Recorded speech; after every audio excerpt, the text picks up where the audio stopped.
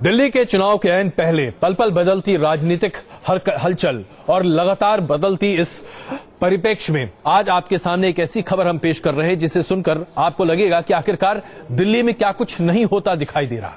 शाही इमाम बुखारी ने आम आदमी पार्टी को अपना समर्थन देने के साथ साथ तमाम अल्पसंख्यक लोगों को यह आह्वान किया कि एक ऐसी सरकार चुनी जानी चाहिए जो सांप्रदायिकता की नीति पर चलती न दिखाई दे।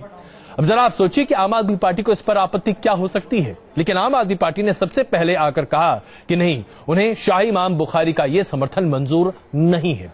भारतीय जनता पार्टी ने इसे अपने नजरिए से देखा और कहा कि सांप्रदायिकता। जरा आप सोचिए कि आम आदमी पार्टी को इस पर आपत्ति क्या हो सकती है, लेकिन आम आदमी पार्टी ने सबसे पहले आकर कहा कि नहीं, उन्हें शाही इमाम बुखारी का यह समर्थन मंजूर नहीं है। भारतीय जनता पार्टी ने इसे अपने नजरिए से देखा और कहा कि सांप्रदायिकता भड़काने की यह कोशिश बनती दिखाई दे रही है। कांग्रेस इसे एक अलग नजरिए से देखती दिखाई दे रही है। समझ में यह नहीं आ रहा कि आखिरकार दिल्ली के चुनाव में क्या होता जा रहा है। आइए सबसे पहले एक छोटी रिपोर्ट आपके सामने पेश करते हैं और उसके बाद देखते हैं कि क्या वाकई में सांप्रदायिक आधार पर दिल्ली की राजनीति को आखिरी वक्त पर बदलने की या फिर उसे आखिरी वक्त पर उकसाने की कोशिश हो रही है। देखिए छोटी सी रिपोर्ट। सिर्फ 11 घंटे बाकी हैं, दिल्ली अपना फैसला सुनाने वाली है। दिल्ली पर कब्जे के लिए दिग्गजों ने पूरा दम लगा दिया है। सुबह हुई मंदिर और गुरुद्वारे में मत्था टेकने से, भगवान से जीत का आशीर्वाद मांगने से। सूरज चढ़ा तो सियासी पारा भी चढ़ गया। एंट्री हुई इमाम बुखारी की। बुखारी ने बिना किसी न्योते के वोट की अपील कर दी। वोट की अपील से आम आदमी पार्टी को नुकसान होते दिखा और तुरंत देशभक्ति की दलील पर अपील ठुकरा दी।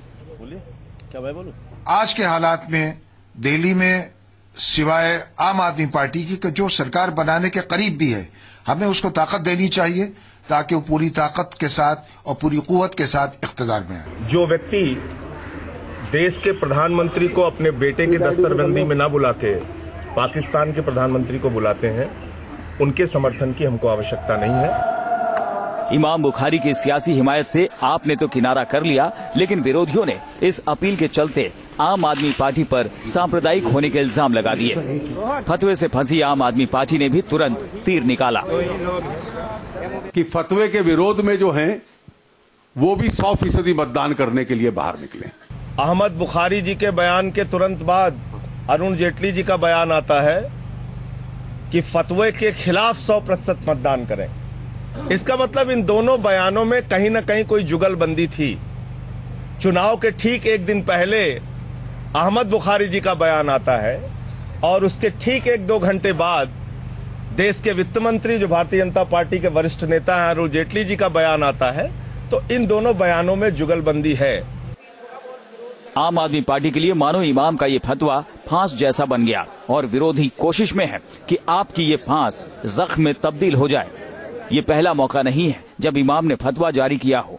शाही इमाम कांग्रेस से लेकर समाजवादी पार्टी और एक बार बीजेपी के लिए भी फतवा जारी कर चुके हैं, लेकिन ये शायद पहला मौका होगा जब किसी ने साथ लेने से इनकार किया हो।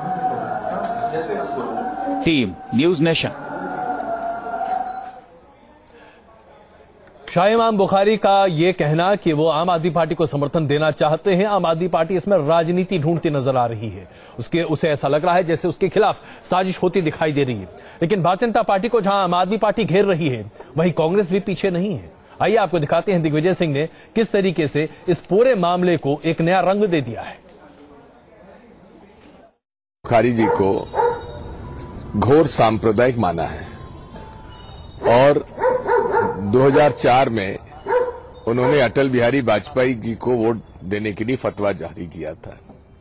जब 2004 में फतवा जारी किया था तब अरुण जेटली जी ने उस पर क्यों अपनी टिप्पणी नहीं की।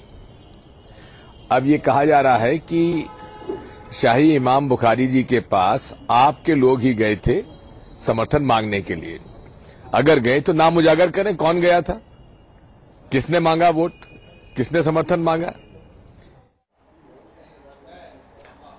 अब दिग्विजय सिंह जी को शायद ये नहीं पता था कि पीसी चाकू जी जो कि कांग्रेस के वरिष्ठ नेता हैं, उनका यह कहना था कि अगर शाही बुखारी समर्थन कांग्रेस को देते थे तो कांग्रेस समर्थन लेने में बिल्कुल भी परहेज या गुरेज नहीं करती। आइए आपको जरा ये बयान भी दिखा देते हैं। जो हमको सपोर्ट करते हैं सारा सपोर्ट हम लेंगे। हमको किसी को सपोर्ट के लिए किसी इमाम को या किसी रिलीजियस हेड को हम सपोर्ट के लिए नहीं मांगा गया, नहीं रिक्वेस्ट किया गया, बट जो हमारा पार्टी को सपोर्ट देते हैं हम सपोर्ट लेंगे। The kind of fatwa which came from Shahi Imam, it cannot come without Mr. Kejriwal going and touching his feet. Kejriwal must have requested him for support. He should have fatwa.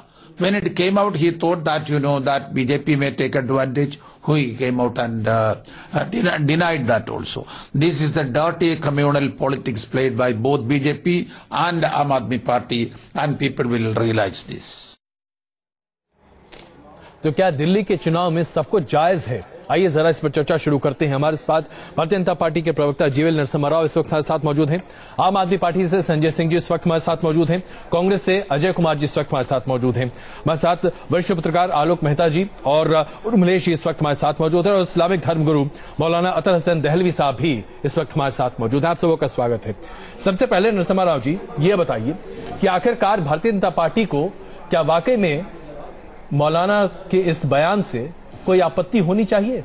भाई हर किसी को समर्थन देने और लेने का अधिकार है। अगर वो आम आदमी पार्टी को समर्थन देना चाहते हैं तो इसमें सांप्रदायिकता की बू आपको कैसे आ रही है? देखिए, एक धार्मिक गुरु का रिलीजियस आधार पर जो इस्लामिक गुरु यदि कोई फतवा जारी करते हैं, क्या हमारी कानून, हमारी रिप्रेजेंटेशन ऑफ पीपल एक्ट, क्या हमारी संविधान इसके खिलाफ नहीं है? क्या इसको अलो करता है? संविधान में सब स्पष्ट रूप से लिखा हुआ है। सिमिलरली हमारे रिप्रेजेंटेशन ऑफ पीपल एक्ट में स्पष्ट रूप से लिखा गया है किसी जाति के या धर्म के आधार पर वोट नहीं मांगा जा सकता है। और दोनों विषयों में तो आम आदमी पार्टी इस चुनाव में, आप तो ये मानेंगे ना कि ये लोकतंत्र देश है, यहाँ पर लोगों को अपनी राय रखने का हक है, और ऐसे में अगर इमाम बुखारी ये राय रखते हैं तो कोई जरूरी नहीं है कि वो फतवा जारी कर सकते हैं। उन्होंने फतवा नहीं जारी किया, उन्होंने राय रखी। नहीं, उनकी तरफ से जो अपील वो और फतवा में मेरे विचार से कोई अंतर नहीं है। आप किस नॉमेनक्लेचर से इसको बुलाया जाए, उनकी जो अपील है, उनकी जो फतवा है वो सारे धर्म के लिए लागू है। उनका फतवा का कॉपी मेरे पास है। दहलवी साहब, क्या ये फतवा है और क्या तमाम अल्पसंख्यक शाही इमाम बुखारी की बात को मानने के लिए बाध्य हैं? नहीं, देखिए, शाही इमाम साहब वो मस्जिद जामा मस्जिद के इमाम है, उनको तो मजहबी तौर पे भी फतवा देने का कोई अधिकार नहीं है। और जहां तक वोट देना और किसी की हिमायत करना, ये तो फतवा नहीं बल्कि ये एक नया टर्मोलॉजी हमारे यहाँ जो है इसको चुनावी फतवे की हमने यूज कर ली है।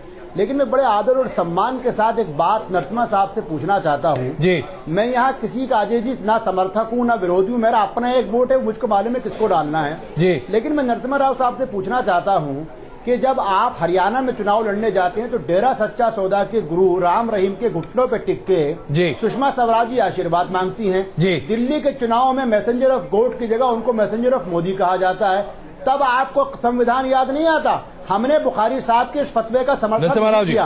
हमारा कहना है इस देश का नागरिक, दिल्ली का नागरिक। एक सेकंड दहलवी साहब, आपने जो मुद्दा उठाया, मुझको 15 लाख रुपए एक तरह से बेबुनियाद है। दूसरा, मुझको बिजली चाहिए। दूसरा, डेरा सच्चा सौदा कोई धर्म संस्था नहीं है, एक स्पिरिचुअल ऑर्गेनाइजेशन है। हमने नहीं मांगा है उनसे समर्थन। मैं स्पष्ट रूप से आपको कह रहा हूँ, हमने समर्थन उनसे नहीं मांगा है। हमने जाकर के जिस प्रकार आम आदमी पार्टी ने पिछली बार 2013 के चुनाव में तौकीर राजा खान के यहाँ अरविंद केजरीवाल जाकर मिलते हैं और समुदाय का समर्थन मांगते हैं, पूरे देश की मीडिया ने दिखाया है। क्या इस बार भी उनके जो सैयद अहमद बुखारी जी के साथ उनकी जो मुलाकातें हैं, उनके तस्वीरें हैं, उनके तस्वीरें पब्लिक संजय जी आपके ऊपर अब सीधे आरोप की छींटे हैं। मीडिया का जमाना है, एक सांप्रदायिक जी। एक सेकंड, मैं आप दोनों के बीच में चलो। संजय जी, इसमें अजय जी इनको मालूम होना चाहिए जी। एक सेकंड दहलवी साहब, बस एक मिनट, मैं क्षमा चाहूंगा, वक्त कम है इसलिए हमारे पास वक्ता भी बहुत है कि कल ही संजय जी आरएसएस की एक शाख है राष्ट्रीय मुस्लिम मंच द्वारा जो है वो कल एक बयान जारी करवाया गया कि हम जो है फला पार्टी को समर्थन देंगे। इसलिए ये कम से कम संविधान की पाठ हमको ना पढ़ाएं। संजय जी, आपकी क्या राय है? आपको इसमें राजनीति की वो कहां से आने लगी? अगर बुखारी साहब ने आपको समर्थन दिया तो इसको आप भारतीय जनता पार्टी से कैसे जोड़ बैठे? देखिए, ना तो नरसिम्हा राव जी इतने नादान हैं ना अरुण जेटली जी इतने नादान हैं, ना भारतीय जनता पार्टी के रणनीतिकार इतने नादान हैं। भारतीय जनता पार्टी इस देश के अंदर अफवाह और झूठ फैलाने का एक बहुत मजबूत तंत्र है। आप देखिए इस पूरे बयान को किस तरह से ट्विस्ट दिया गया। इमाम बुखारी का बयान चुनाव के ठीक एक दिन पहले आता है, उसके बाद बजट का काम छोड़ के देश के वित्त मंत्री और हमारे भारतीय जनता पार्टी के वरिष्ठ नेता आदरणीय अरुण जेटली ये बेबुनियाद आरोप है। हम राजनीति में हैं, फतवा, हम कोई सरकार नौकरी नहीं कर रहे। और नरसिम्हा राव को ये समझना चाहिए, ये इतने समझदार होंगे, मुझे लगता है इनको मालूम होगा, पता नहीं कैसे नहीं बोल पा रहे हैं। मुफ्ती फतवा जारी करता है, ये फतवी हो या फतवा हो, आप उसको क्या फतवा कह रहे हो? क्या आपके नेता उनसे नहीं मिले थे? क्या आपके नेता उनसे समर्थन नहीं मांगे थे? सैयद अहमद बुखारी उनके ही व्यक्ति कह रहे मांगे थे कि आपके नेता उनसे मिलकर समर्थन मांगे हैं। ये अजय कुमार जी, ये तरीका बिना समर्थन नहीं है, आपकी तरफ से इनको चुप कराइए पहले। संजय जी एक सवाल मैं आपको चुप कराइए। आप जनता को नहीं चुप करा सकते हैं। नरसिम्हा राव जी एक मिनट संजय जी, संजय जी आप झूठ बोलकर नहीं। नरसिम्हा राव जी एक मिनट, नरसिम्हा जी एक मिनट, नरसिम्हा राव जी एक, संजय जी अफवाह फैलाने वाले लोग हैं। संजय जी जरा ये बता दीजिए, संजय जी अपील को फतवा कह दे रहे हैं। संजय जी एक मिनट, फतवा क्या होता है? संजय जी एक बात बताइए, सैयद इमाम बुखारी ने अपने प्रेस कॉन्फ्रेंस में यह कहा, जो उन्होंने पत्रकारों से कहा कि मैं एक इंडिविजुअल के तौर पर, मैं खुद व्यक्तिगत तौर पर आम आदमी पार्टी को समर्थन देना चाहता हूं। आपको इसमें भी राजनीति की बू दिख रही है? नहीं, उन्होंने जो अपील की, इस प्रकार की अपील वो भारतीय जनता पार्टी के लिए 2004 में कर चुके हैं। वो इसी प्रकार की अपील अब आपके लिए करना चाहते हैं, तो इसका मतलब आप ज्यादा लोकप्रिय हैं। मैं कह रहा हूं सारी पार्टियों को वो चुनाव में समर्थन दे चुके हैं। आज तक हिंदुस्तान के इतिहास में किसी भी राजनीतिक दल ने इमाम बुखारी के समर्थन को मना नहीं किया। हम किस आधार पर मना कर रहे हैं वो सुन लीजिए। हम इस आधार पर मना कर रहे हैं कि जो उनकी विचारधारा और सोच है और जो लवदिहाद और धर्मांतरण वाली विचारधारा है, हम दोनों का विरोध करते हैं। हम हिंदू सांप्रदायिकता, मुस्लिम सांप्रदायिकता, किसी भी सांप्रदायिक विचारधारा का हम विरोध करते हैं। तो क्या आप ये कह रहे हैं तौकीर रजा खान क्या किस तरह के राजनीति रिप्रेजेंट करते हैं? तौकीर राजा खान 30 साल से तौकीर राजा खान के यहाँ कोई गठबंधन हुआ, दलवी साहब कोई समझौता हुआ। अजय जी मैं आ रहा हूँ आपके पास, एक मिनट प्लीज, एक मिनट अजय जी प्लीज। जी दलवी साहब क्या बुखारी ना प्लीज जी, दलवी जी, और आप चुनावी अपील को फतवा कह दे रहे हैं बैठ के। ये बिल्कुल फतवा है। एक दलवी साहब, सारे दलवी साहब यहाँ बीच में आप आइए तो सही करके जरा ये तो तय कीजिए। नहीं, सभी समुदाय के लोगों को ये कहें। दलवी साहब एक प्लीज, मैं नरसिम्हा राव जी इतने पढ़े लिखे आदमी, जरा मैं आप दोनों के बीच में आना चाहूंगा। दलवी साहब, क्या वाकई में इमाम बुखारी के एक बयान से दिल्ली में सांप्रदायिक दंगे भड़क जाएंगे? नहीं, हम वोटिंग की चर्चा कर रहे हैं, यहाँ दंगे की बात नहीं कर रहे हैं। देखिए, ना उनके कहने से कोई भड़क सकता है, ना उनके कहने से कोई वोट दे सकता है। नहीं, नरसिम्हा साहब ये बात सुनिए, अब मेरी बात सुनिए। देखिए परेशानी क्या है, राजनीति के अंदर जिस सबसे ज्यादा जिसको कल की याद आ जिस एक चीज, ये सोशल मीडिया का जमाना है। कल ऑलरेडी एक साजिद रशीदी साहब करके हैं, जो राष्ट्रीय मुस्लिम मंच के बहुत सहयोगी और उनके बड़े मेंबर हैं, और जफर सरेशवाला के साथ साबिर अली के घर पे 4 दिन पहले उनकी मीटिंग होती है। सोशल मीडिया पे ये सारे फोटो थे। कल उन्होंने कहा कि मैं एक खास पार्टी को वोट देने की अपील करता हूं। मीडिया ने कोई तवज्जो नहीं दी। आज फिर जुमे के दिन बुखारी साहब का ये कहना कि मैं भाई आपकी व्यक्तिगत राय भी कौन मान रहा है, मैं धार्मिक तौर पर हूं, लेकिन मैं भारत की जनता का वो हिंदू और मुसलमान हो, उनको ये नहीं कह सकता वो आलोक किसी को वोट दे और किसी को वोट नहीं दे। क्या बात है? इसलिए इसको अजय जी मैं एक मिनट प्लीज, मैं एक मिनट मैं आ रहा हूँ अजय जी आपके पास, एक मिनट आ रहा हूँ अजय जी आपके पास, प्लीज एक मिनट। आपके लिए नहीं दिया जा सकता। आलोक जी आज जिस तरीके से इस मुद्दे को बनाने की कोशिश की जा रही है, क्या ये आखिरी क्षण में किसी भी तरीके से वोटों को हथियाने की कोशिश है, पोलराइजेशन की कोशिश है? बिल्कुल, मुझे लगता है ये ध्रुवीकरण की कोशिश है। और जिस तरह से पहले भी ये सही बात है कि वो 77 से लेकर आज तक उनका रिकॉर्ड ये रहा है कि वो हर बार कहीं न कहीं जो पार्टी जीतने वाली होती है या उसके साथ कोई सौदा होता है। और मैं इस बात को भी मानने को तैयार हूं कि साहब आप पार्टी ने नहीं किया, लेकिन उनके कई ऐसे समर्थक होंगे जो कुछ करोड़ रुपया देकर के, कुछ चंदा देकर के, कुछ चंदा ही कह लीजिए जी, वो उस तरह से देकर के भी उनसे बुलवा सकते हैं। या बीजेपी, यदि ये आरोप लगता है, एक बात मैं जरूर करूंगा, धर्म का इस्तेमाल वो महंत बहन के नाम पे धार्मिक गुरु हो और महंत तो धार्मिक गुरु हो, ऐसी बात मत कीजिए आप। कैसे नहीं करिए, पैसा तो 2 करोड़ रुपए दिख रहा था महाराज, 2 करोड़ रुपए दिख रहा था। मैंने वो 2 कोई करोड़ चंदा दे गया होगा, उस पर चर्चा कर कोई लीजिए चंदा ना। उनको भी दे जाएगा, बुखारी पे चर्चा करना चाहते हैं, बुखारी जी को दे जाएगा। आप कहाँ की बात कहाँ को जोड़ रहे हैं? आप इतने वरिष्ठ पत्रकार हैं, बुखारी जी भी चंदा आप लेते ये हैं। आरोप लगा रहे हैं कि पैसा देके बुखारी का समर्थन लिया जा रहा है। नहीं, आप ले रहे होंगे, आप नहीं ले सकते। उनके साथ कुछ डील हुआ है सैयद अहमद बुखारी की तरफ से ये कहा गया कि कुछ सारे आपके साथ कुछ सेटिंग हुआ है, आपके साथ डील हुआ है। चलिए मैं जरा आइए जरा मुझे कर रहे हैं। संजय सिंह जी वीपी सिंह ने कैसे लिया था? वीपी सिंह ने भी पैसा देके लिया था समर्थन बुखारी से। वीपी सिंह का रिकॉर्ड देख लीजिए, किसको बता रहे हैं आप? अजय जी आप एक राजनीति प्लीज। वीपी सिंह, चंद्रशेखर, नरसिंह राव सबसे पैसा लेकर के लोगों ने काम किया है जो कह रहे हैं। चलिए आइए करते थे, आइए जरा आपसे आपको पैसा देके बुलवा रही है। नहीं माफ कीजिए, देखिए आइए व्यक्तिगत आरोपों से जरा आगे निकलते हैं। उर्मिलेश जी आइए जरा जो कह रहे हैं। चलिए आइए करते थे, आइए जरा आपको पैसा देके बुलवा रही है। नहीं माफ कीजिए, देखिए आइए व्यक्तिगत आरोपों से जरा आगे निकलते हैं। उर्मिलेश जी आइए जरा व्यक्तिगत आरोपों से आगे निकलते हैं और जरा आइए मुद्दे पर बात करते हैं। मैं आप सबको क्षमा चाहता हूँ। अजय जी 1 मिनट प्लीज, मुझे 1 मिनट वक्त दीजिए, मैं आ रहा हूँ आपके पास। अजय जी डिबेट को थोड़ा संभाल लीजिए जिस तरह से जा रहा है। अजय जी आप जरा मुझे थोड़ा सा वक्त देंगे, थोड़ा मुझे भी काम करने दें। उर्मिलेश जी सवाल यहां पर यह है कि क्या आज पोलराइजेशन की इतनी जरूरत आन पड़ी है दिल्ली में? क्या वाकई में आज ये मुकाबला किसी भी कीमत पर वोट हासिल करने पर आ गया है?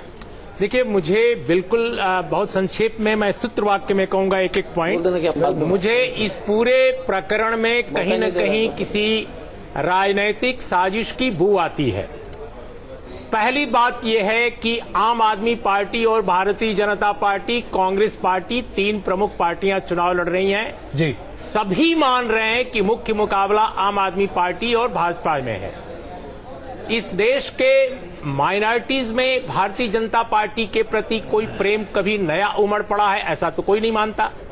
जब मेजॉरिटी जो है यहाँ की उस समुदाय में बीजेपी के प्रति एक गहरी नाराजगी दिखाई दे रही है, जो मीडिया में भी छन के दिखाई दे रही है, सड़क पर दिखाई दे रही है, तो ऐसी क्या बात आ गई कि माइनॉरिटी में दिखाई देगी? तो इसका मतलब यह है कि आम आदमी पार्टी को अगर माइनॉरिटी में बहुत ज्यादा वोट पहले से मिलते नजर आ रहे हैं तो आम आदमी पार्टी को इस बात की क्या जरूरत आन पड़ी कि वो बुखारी जी को खुश करके, एक सेकेंड, बुखारी जी को खुश करके और उनसे बयान दिलवाएगी? मुझे साफ साफ लगता है कि बुखारी साहब एक संदिग्ध व्यक्ति रहे हैं, खासकर चुनाव में बयान देने के मामले में। इसलिए आम आदमी पार्टी के शत्रुओं ने उसको हराने की कोशिश में जुटे कुछ लोगों ने उनसे उस दिन बयान दिलवाया है जब तुरंत दूसरे दिन चुनाव होना है। ये एक सेकंड तौकीर रजा खान को भी भारतीय जनता पार्टी ने भेजा। सर मैंने आपको रोका नहीं, याद है सर मैंने आपको रोका नहीं। ये भारतीय जनता पार्टी की बहुत बुरी आदत है कि वो किसी को बोलने नहीं देना चाहती। तौकीर रजा, ये गलत बात है। तौकीर रजा खान को ये भी आप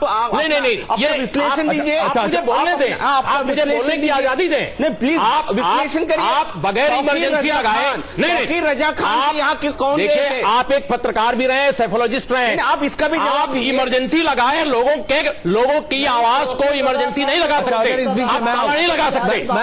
अजय एक सेकंड, मुझे अपनी बात कहने की आजादी दी जाए। ये क्या तरीका है? रुकवा दिया। आई कंडेम दिस इज, मैं इसकी भर्त्सना करता हूं। नरसिम्हा जी 1 मिनट, मैं इस तरह के रवैये की तीखी निंदा करता हूं कि पढ़े लिखे लोग दूसरे पढ़े लिखे आदमी को बोलने की आजादी न दें। मेरा ये कहना है कि ये मैं खुलेआम कह रहा हूं कि ये भारतीय जनता पार्टी समर्थित लोगों ने जरूर बुखारी का इस्तेमाल किया है ताकि वो हिंदू सांप्रदायिकता को, हिंदू ध्रुवीकरण को बढ़ावा दे। लेकिन आज की तारीख में इस चुनाव में चीजें बिल्कुल साफ हैं। गरीब जो है, निम्न मध्य वर्ग है, आम आदमी के पास है, बात समझ रहा हूं। अमीर जो इस देश का है वो भाजपा के साथ खड़ा है। बिल्कुल साफ बात है। बोलने नहीं देंगे तो आवाज बंद नहीं कर सकते। एक सरकारी दम पर किसी पत्रकार की आवाज को नहीं बंद किया जा सकता। प्रवक्ता बात करेंगे आम आदमी पार्टी की होगी सरकार। 3 आप पत्रकार को, आप किसी लेखक को उसके बोलने की आजादी नहीं छीन सकते। आप मुझे मैं आप सबों से क्षमा चाहूंगा। क्या अरविंद मैं निंदा करता हूं इसकी, मैं निंदा करता हूं। आप सबों से क्षमा चाहूंगा। किसने मिलाया? प्लीज ये पूरा का पूरा मुद्दा बिल्कुल अलग जाता हुआ यहां दिखाई दे रहा है। अजय जी आप हमारे साथ हैं? शायद अजय जी बहुत नाराज हो गए हैं। अजय जी बिल्कुल। अजय जी आप हमारे साथ हैं? अजय जी इसलिए नहीं है क्योंकि देखिए कोई कार्यक्रम में बुलाने का नहीं है। अरे अजय जी आप नाराज बेवजह हो रहे हैं भाई, हम पहुंच रहे हैं आपके पास। जाहिर सी बात है बातचीत में कई बात नाराज इसलिए है नहीं नाराज इसलिए कि इस तरह से बहस नहीं होती है, राजनीतिक बहस से अजय जी। कैसे होती है? अब आप ये भी हमें सिखाएंगे? थोड़ा सा जरूर कहना चाहूंगा। बिल्कुल बताइए। नहीं हमको अफसोस इसलिए है कि आप अफसोस इसलिए है कि जिस तरह से आप बहस करवा रहे हैं वो एकदम उचित नहीं है। अजय जी माफ कीजिएगा, मैं आपसे पहले ही क्षमा मांग चुका हूं, दो बार आपसे क्षमा मांग चुका हूं। हम बात करते करते आप तक पहुंच रहे हैं। इस तरह से आप बुलाते क्यों हैं? फिर कोई कार्यक्रम है अजय बाबू, आप जो है बुलाने का कार्यक्रम है। चलिए मैं बहुत हाथ जोड़कर आपसे क्षमा चाहता हूं। आप अपना सारा वक्त इसमें व्यर्थ करना चाहते हैं कि आप क्या कितनी बार क्षमा मंगवाना चाहते हैं? अजय तो देखिए एक चीज सुन लीजिए, पहली बात पहले बिंदु पर हम दो मिनट अपने मंतव्य देने दीजिए। आप जरा बोलिए तो सही।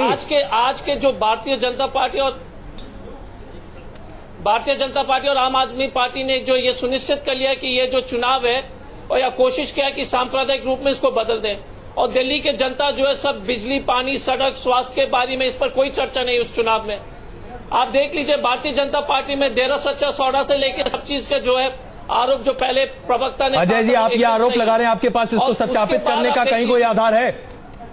एक मिनट हमको पहले नहीं देरा सच्चा सौदा में तो फोटोग्राफ भी है सुषमा स्वराज जी से लेकर सब चीज, लेकिन उसके बाद आम आदमी पार्टी का देख लीजिए, कभी गोत्र के बारे में आप बात कर रहे हैं, कभी गोत्र के आप आरोप किस पर लगा रहे हैं अजय जी ये तो बताइए। संजय जी भी ये मानेंगे, संजय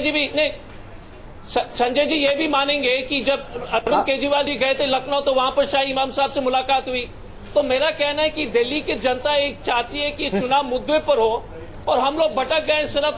संजय जी इसका जवाब तो आप ही बेहतर दे सकते हैं। जाहिर सी बात है शायद कांग्रेस को आज समझ में नहीं आ रहा है कि आरोप किस पर लगाना चाहिए। अजय कुमार जी बहुत ही अच्छे इंसान हैं, मैं उनकी इज्जत करता हूं। एक प्रमाण अगर वो दिखा दें कि शाही इमाम से लखनऊ में कभी मुलाकात हुई है अरविंद केजरीवाल की अहमद बुखारी जी से, तो मैं बैठा हूं चैनल पे, कल भी आ जाइएगा या अभी 1-2 घंटे बाद मिलना हो इसी चैनल पे मिल लेते हैं।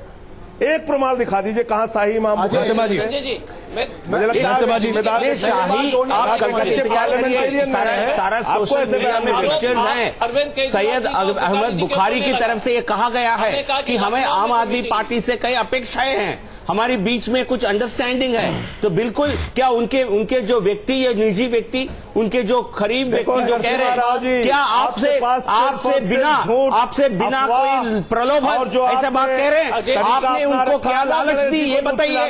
आप दो चेहरे लेकर सामने आना चाहते हैं।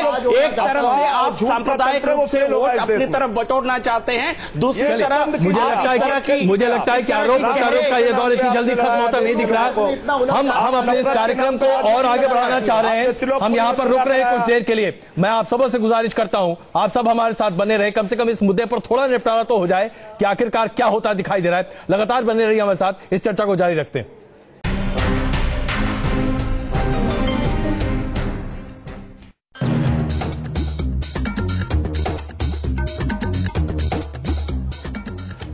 तो हम चर्चा इस बात पर कर रहे हैं कि क्या वाकई में दिल्ली में सांप्रदायिक आधार पर अब चुनाव होते दिखाई देंगे, क्योंकि कुछ ऐसा ही माहौल बनाने की कोशिश की गई है। इस वक्त हमारे साथ जीवन नरसिम्हा राव जी मौजूद हैं, कांग्रेस से अजय कुमार जी हमारे साथ हैं, संजय सिंह जी आम आदमी पार्टी से, आलोक मेहता जी, अतर हुसैन दहलवी साहब और उर्मिलेश जी इस वक्त हमारे साथ मौजूद हैं।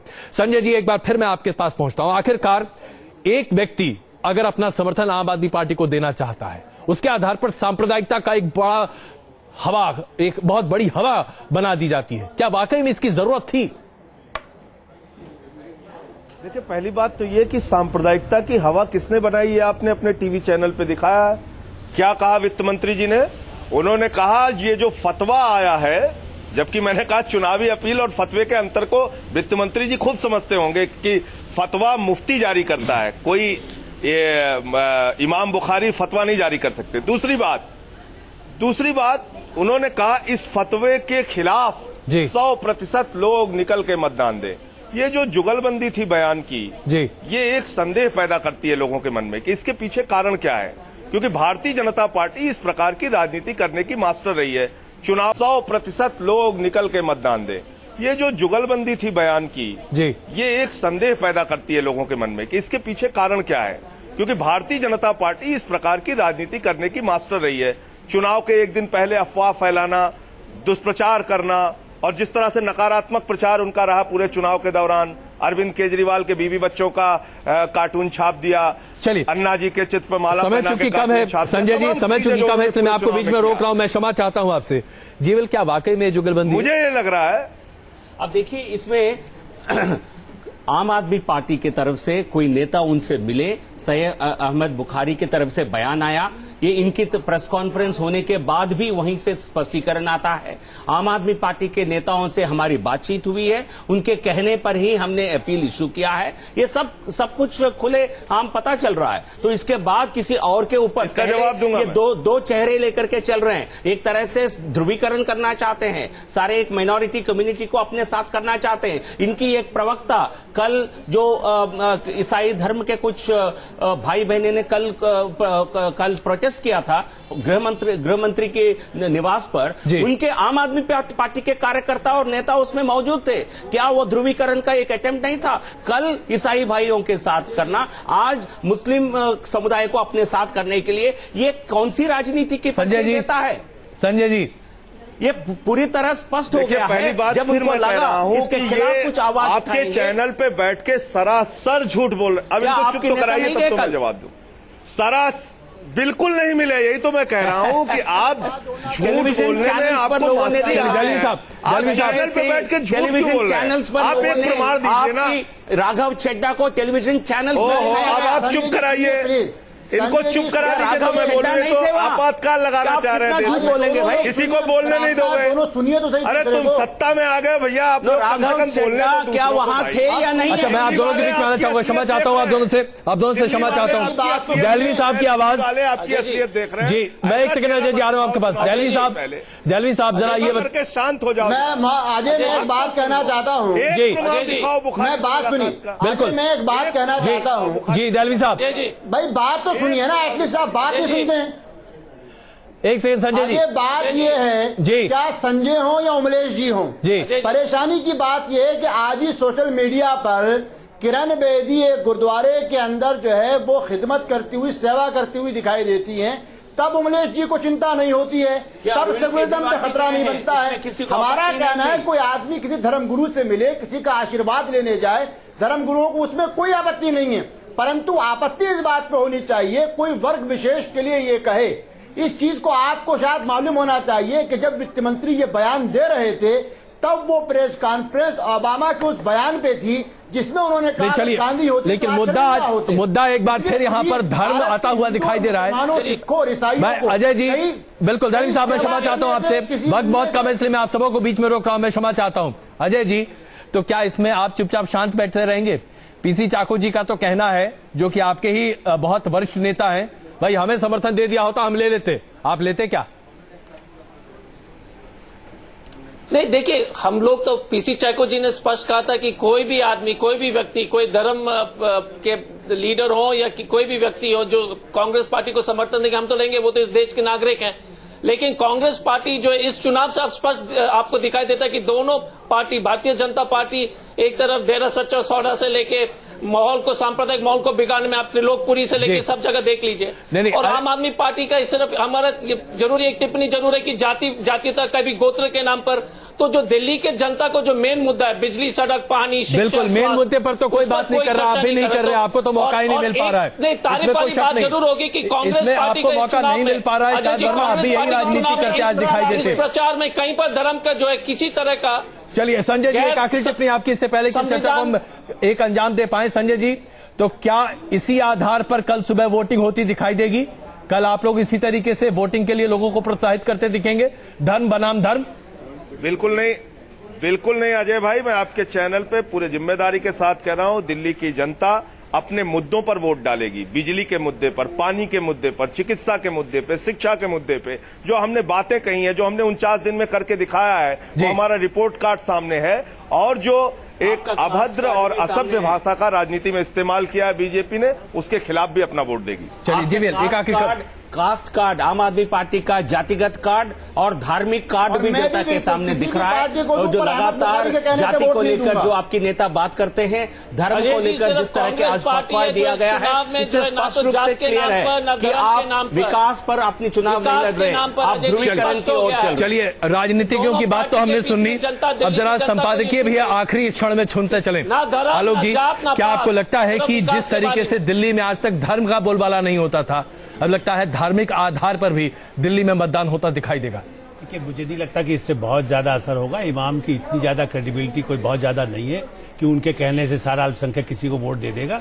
लेकिन ये जो ट्रेंड है ये जरूर दुखद है। जैसा मैंने कहा, कोई भी पार्टी जब इस्तेमाल करती है, और मैंने इसलिए उदाहरण दिए, बीजेपी करे या आप पार्टी करे या उनके समर्थक, मेरा कहना पार्टी नहीं करती है। ये कोई मोदी जी फरमान या केजरीवाल जी नहीं ज्वाइन करते हैं, उनका कोई समर्थक दुनिया, कोई न्यूयॉर्क से आया है, कोई लखनऊ से आया है, कोई पटना से आया है, वो जाकर के यदि इमाम बुखारी को परस्यू करता है, उसको आपको एक्सेप्ट करना चाहिए कि हमारा कोई आदमी हमें नुकसान कर रहा है। कई लोग आप हर पार्टी छोड़ करके लोग एक दूसरे के पास गए हैं। बिल्कुल, इसलिए ये सांप्रदायिकरण बहुत खतरनाक है लोकतंत्र के लिए।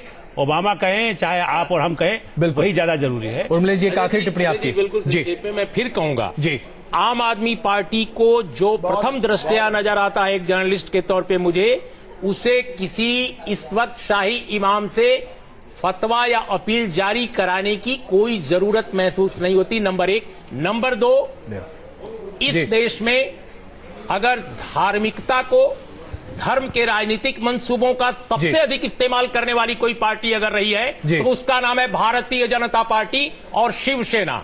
शिवसेना के बड़े नेता को 6 साल के लिए डिबार किया जा चुका है मतदान से, और उम्मीदवार बनने से इसी देश में हुआ है।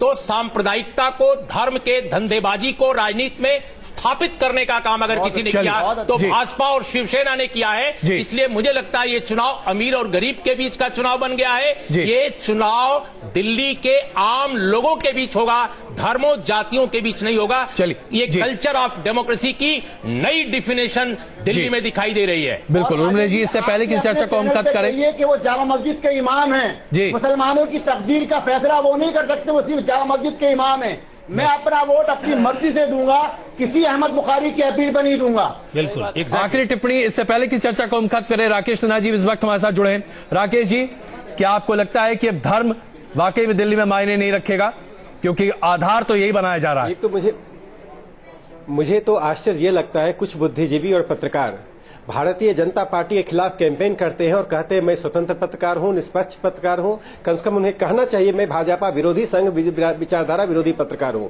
इससे गलत संदेश जाता है। दूसरी बात मैं कहना चाहता हूं, क्या फतवा जारी करवाना सेकुलर है? क्या कांग्रेस ने सेकुलर राजनीति की है?